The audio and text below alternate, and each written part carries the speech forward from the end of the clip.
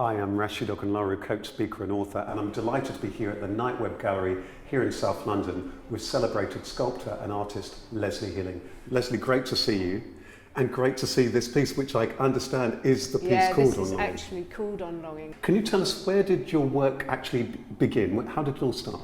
All of the work in this show is very personal to me. I've used lots of things from my childhood, lots of things that belong to my parents, my grandparents. And I think that's because my parents have died. I have all this stuff and it all feels very sad and full of loss for me. And I want to revisit and work through a lot of grief as well. I've seen a number of the pieces of work that you've done, from the doors to these kind of pieces, and I just love this blend between the use of wood, the glass, the mementos, the photographs and so on.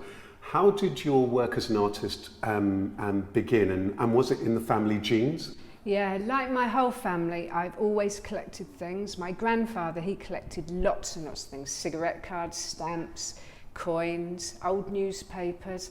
Even when he was in the trenches during the First World War, he managed to take off of a dead German officer I think a wallet, a lovely pair of old binoculars and a gun that I never saw. I wasn't allowed to play with the gun.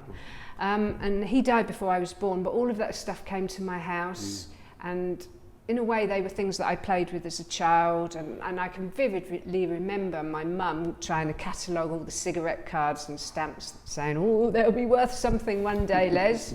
And what I'm curious about is, for many people when they're young, they collect, or families are collecting things, but it's another thing to decide that you want a career in the art world. Well, I was a graphic designer for years and years, about 30 years, and when we turned over into using computers, I felt I really wanted to do something with my hands, and I'd always liked working with wood. My dad was, he was an electrician actually, worked in a factory, but in his spare time he made a lot of things out of wood. He even bought a fiberglass hull that he had in the front garden. He built the rest of the boat around this hull. So I grew up around all of that, very much hands-on, making things. Again, one of the things that strikes me, you're talking about that in family and so on, is when you've got a piece like this, and as I look at this, it's almost as though you're able to reconfigure history or capture it somehow, or put it in a way whereby it's either manageable or to represent it, give it a different hue. Yes, that's what nostalgia's all about, isn't it? We're making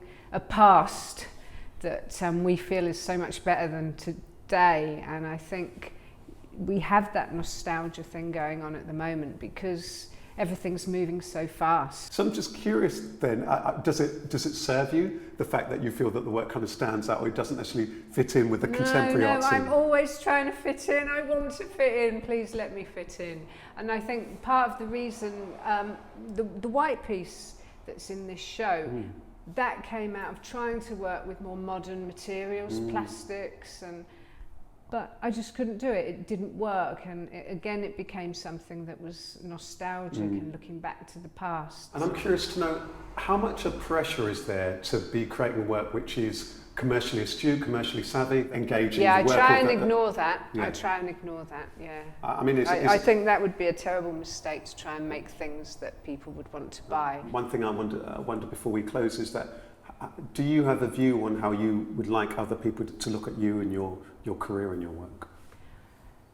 I'd like them to see me as a craftsperson, really, an imaginative craftsperson.